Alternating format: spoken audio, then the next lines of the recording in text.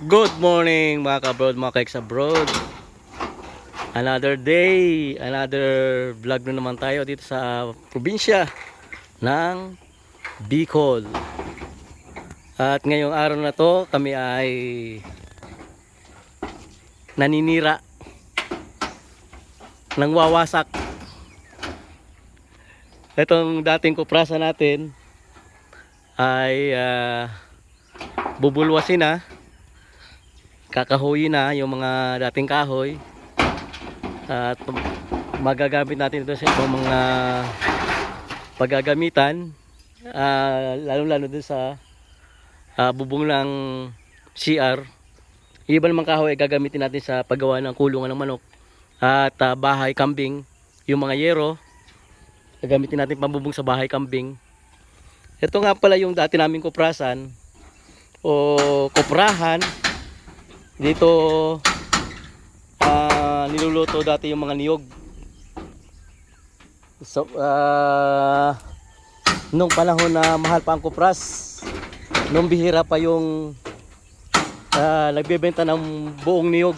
Ngayon, puro buong niyog na ang binebenta, so useless na itong mga kuprasan na ito, ganito. Kasi ubos oras lang, paras lang din naman ang ganansya. Minsan lugi pa kasi tumatagal ito. Kasi kailangan mo lutuin ng maganda yung niyog bago mo ibenta. So ito nga, binabaklas na namin. Yung lahat ng mapapakinabangan ay itatabi o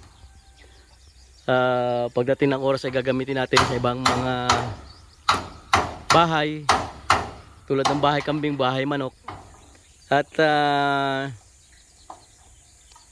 one of these days ay wawasakin natin yung ano na yan, yung semento na yan, yung pinakaparilya na yan, wawasakin natin yan. Kasi pagbabahayan ng ano yan, pinagbahayan ng ano, cobra yan, may cobra sa ilalim. Ang daming binagbalatan ng cobra. Malaki na sigurado yung cobra dyan sa ilalim ng mga singit-singit ng bato na yan. So kailangan nating maalis yan, yung ano na yan, yung mga cobra dyan. Kasi delikado sa mga taong dumaraan, sa mga mangangawit natin, sa mga nagtatrabaho dito sa loob ng niyugan. So gagawa natin ng paraan na maalis yan. So bubunto na natin ang kayakas ng nyug o yung dahon ng nyug at sisilaban para mawala. Tapos wawasakin na natin yung mga ano na yan, yan semento na yan, yung struktura na yan, para hindi na pabugaran. Tatabunan natin ng lupa para wala nang makatirang cobra.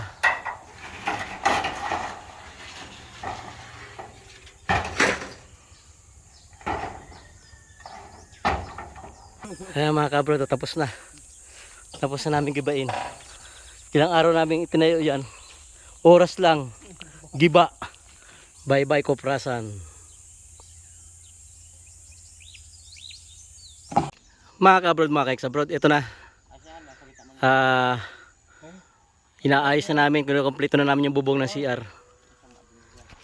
So hindi napawid yung ibububong na katulad no sa original na plano. Itong kinalas namin kanina ng yero ng kuprasan, sakto-sakto dito ang haba. So minabuti namin yero na lang ang ikabit, mas durable pa, para hindi palit ng palit, para mas tumagal yung ating bubong.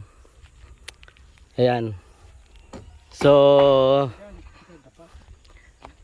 mas madali pating ibubong, mas madaling makumpleto ang bubong pagka ganitong yero. So yero na lang ang ating ibububong dito. Ayan. Tapos pagkabubong niyan, ito naman ang isusunod natin, itong pinaka loob, yung bowl, ikakabit na rin natin matapos na itong bubong na ito. Ayan.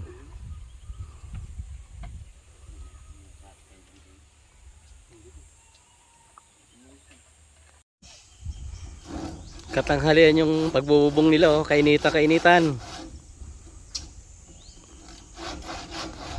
Kaya lang, inuna yung pagbububong at baka makaulan bigla. Tapos may ginagawa sa loob. So, mas ano talaga, practical na unahin yung bubong.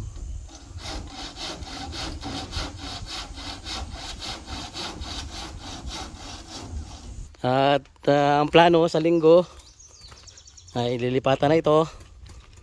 Mayroon ng tatao dito, kaya minamadali na natin yung CR kasi mahirap tirhan yung isang bahay kapag walang CR.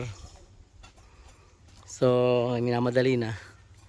At sa linggo baka magluto tayo ng pinaltok bilang pa-welcome.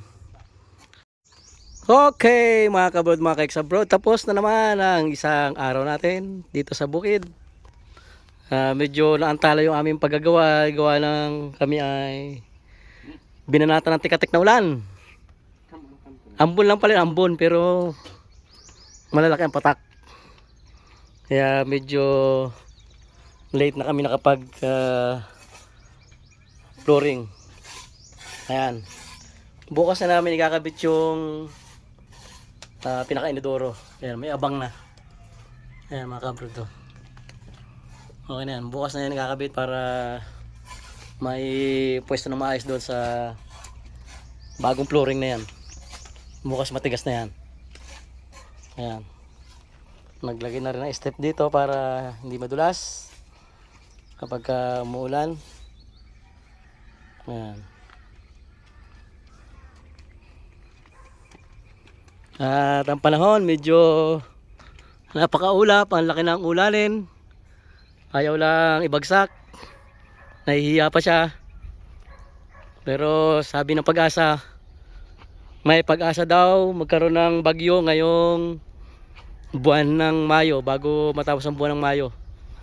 So tingnan natin kung hindi sasalto ang Pag-asa, kung sakto ang kanilang sinasabi. Dahil kinakailangan na talaga natin ng malakas na ulan. Pero sa ngayon, ayan ang natapos natin. Kahit pa tayo ay binanatan ng medyo tikatik na ulan. Ayan, basa pa yung mga mga dahon, medyo nakatikim sila ng patak na naman ng ulan. Halos tuwing hapon dito ay umuulan ng paunti-unti, which is good naman kesa sa wala. Kaya lang kapag clear ang kalangitan, pagtanghali ay talagang sobrang init pa rin. Grabe, wala pa rin pagbabago yung init. Talagang kung anong init noon, ganoon pa rin ang init ngayon. So ayan, tapos yung ating CR. Tapos na yung bubong. At bukas magkakabit na lang tayo ng inodoro. And yung mga iba pang kutintingin itutuloy natin bukas para tapos na. Ito ay 99% finished product. Sabi nga, ito ang ating bahay kubo. So mula rito sa aming probinsya ng Bicol, mga kabrod, mga ka-exabrod, maraming salamat sa panonood and see you.